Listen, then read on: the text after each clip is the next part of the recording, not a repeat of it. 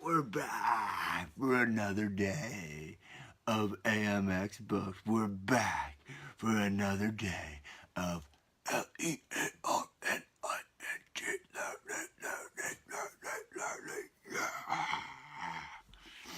Good morning, everyone. It is, where are we at here? Tuesday, December 4th. It's December 4th already. Here's like, we get so, I'm not even going to say caught up, because that kind of has a neat. Bienvenidos, Pedro, amigo de España. Mucho gusto, amigo. ¿Cómo estás?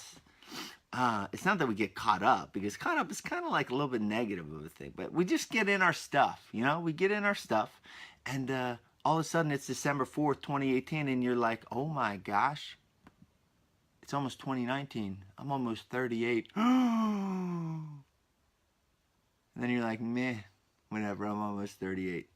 Let's dive into another day here. Another day, and I'll tell you what. We're up to 7. Count them, 7. 7.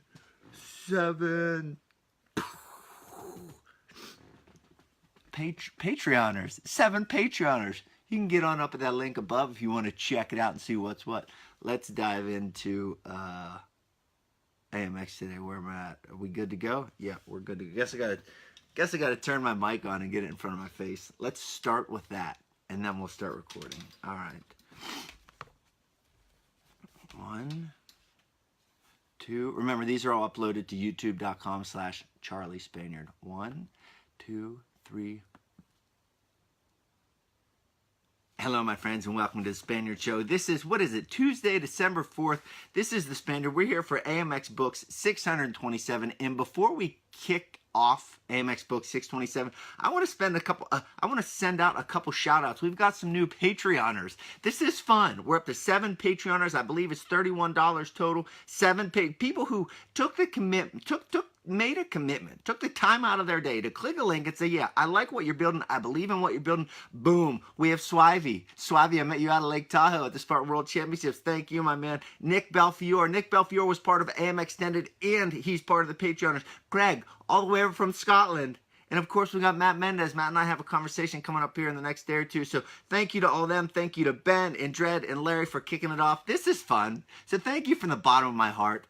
Patreon.com/Charlie Spaniard. Let's dive into today's reading of The Boys in the Boat. I got to tell you this. I'm almost done with this book. We still got 10-ish more days to go on the show, but my heart is warmed. I've got chills. I'm smiling. I'm laughing. I'm sweating when I'm reading this book. It's an incredible piece of literature. Today I want to talk about Joyce, who is Joe's wife. So they met when they were kids while Joe was playing music on the bus.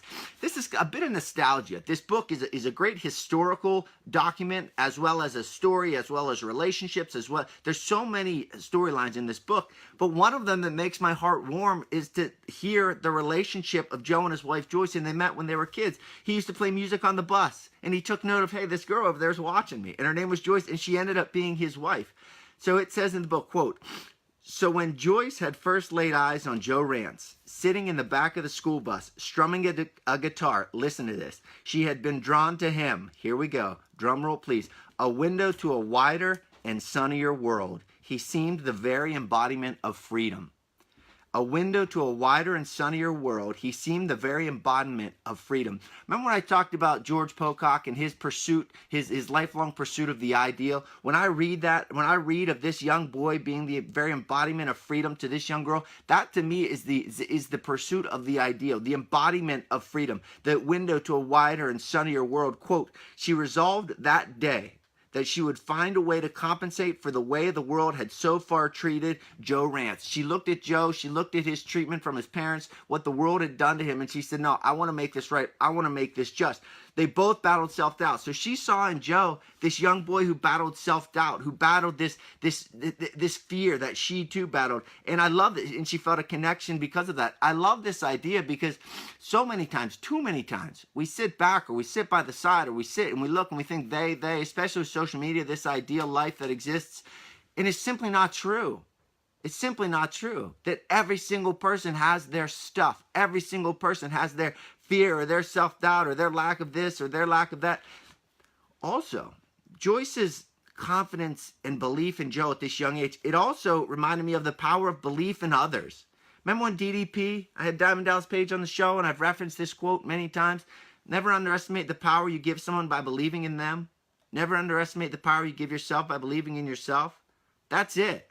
Joyce believed in Joe Rantz, and Joe Rantz believed in himself. Those powers working together set him on a trajectory in life that, I'm telling you, when you get this book and you read this book, my jaw is, I know the results. It says the 1936 Olympic gold. I know the results, but still I'm sweating, smiling, laughing, nearly crying reading this book. Joyce was mystified. Listen to this. Again, I'm going to talk a fair amount about character and optimism in the next couple days. Joyce was mystified when they were a little bit older by Joe's ability to find four-leaf clovers. And I posted this on my social media a week or two ago. Joyce was mystified by Joe's ability to find her four-leaf clovers. Okay, so he set out looking for a four-leaf clover. He found them. She was surprised. How do you do this? It's essentially magic. How do you do this? Listen to this. Joe's response was, quote, "The only time you don't find a four-leaf clover is when you stop looking for one. The only time you don't find a four-leaf clover is when you stop looking for one."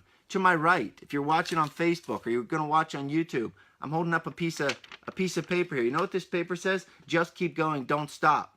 Written by Phil Knight. That's my reminder. And then when I read Joe saying the only time you don't find a four-leaf clover is when you stop looking for one, that reminds me, hey, Spaniard, don't stop. As hard as it seems, as tough as it seems, as deep in the trenches you are, as terrible or hard or frustrating or rejected or dejected you feel, just don't stop. Because you're going to find your four-leaf clover if you keep on going. It's that way with wrestling and fighting and podcasting and writing, with Patreon. Look, I said at the beginning, we have 7 people on Patreon for $31. That's freaking awesome. And it's somewhere to start. You can't have a Patreon worth thousands of dollars and millions of listeners if you don't stop somewhere. I'm deciding, and I hope by way of AMX you decide, to not stop looking for your four-leaf clover, because you will find it. The pursuit backed by the work, you will find it one way or another. Look, my four-leaf clover that I'm going to find today or in 5 or 10 years from now, first of all, I don't know when I'm going to find it, so I don't know what it's going to look like. But it sure as heck isn't going to look like the four-leaf clover I thought was a state title when I was 18 years old, or I thought was an All-American medal, or I thought was a reality show. You don't know what your four-leaf clover is going to look like. But if you keep looking, you're going to find one. Tying into this idea of character, I'm going to talk about this over the course of the next several days. Coach Bullis, who's the freshman coach, talked about Joe's freshman class. Quote, in his high hopes for them. Quote, "It wasn't just their physical prowess. He liked the character of these particular freshmen. They were rugged and optimistic. That seemed emblematic of their Western roots. Despite the hard times, they smiled easily and openly. They extended their calloused hands eagerly to strangers. They looked you in the eye, not as a challenge, but as an invitation." They saw these challenges, these things they were going through, as opportunities. E plus R plus O, event plus response equals outcome. They smiled easily and openly despite the hard times. Have you ever been in a situation, a tough time, and the energy of someone around you pulls you up? In the book Make Your Bed by Admiral William McRaven, they talk about singing in the mud, when they're basically eyeballs deep in mud. And one man starts singing, and then they all start singing, and then they feel this unity, this togetherness, and this togetherness, that togetherness. Smiling easily and openly, that character, that optimism, that's contagious. The opposite of that is contagious as well. I see it in my own life. I got to remind myself in my own life, when you would go out to a fight, when you would fly to a city for a fight, it was all hands on deck positive. All hands on deck positive, no room for any negativity for that, from that Tuesday to Saturday, whatever city we're in, whether it was Nashville, whether it was Toronto, whether it was Pittsburgh, whether it was Brazil, no matter where, I know Brazil's a country, Uberlandia, Brazil, wherever it was all hands on deck positivity. That's gold, right? Look you in the eye, not as a challenge, but an invitation. Come into my world, see what I'm exploring. This wonderful world of learning and of triumph and the pursuit of the ideal. Come to my world. I say it, you say it, we all say it. World's toughest lifelong learner. This has been AMXbooks 627. Remember, if you'd like to help support the show in a small way, for even $1 a month, patreon.com/Charlie Spaniard. Sorry, honey. My wife just said that I'm too loud. Not too loud. She just said loud. I'm sorry, honey. No. It's the passion, I know it's the passion. No lie, honey, or no exaggeration. People, as I was walking, yeah, you can turn it on. As I was walking down the stairs today into my surprise, this is not a studio. It's my basement. I was thinking to myself, boy, it's going to be nice. It is going to be nice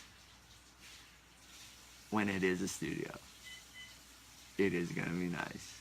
So thank you, for your support. The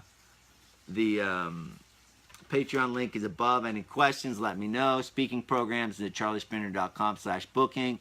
Let's do this right. Let's say 2018 was limousine in 2018. What is it in 2019? Because we didn't quite get the limo this year, but we're going to get something next year. I'll see y'all tomorrow.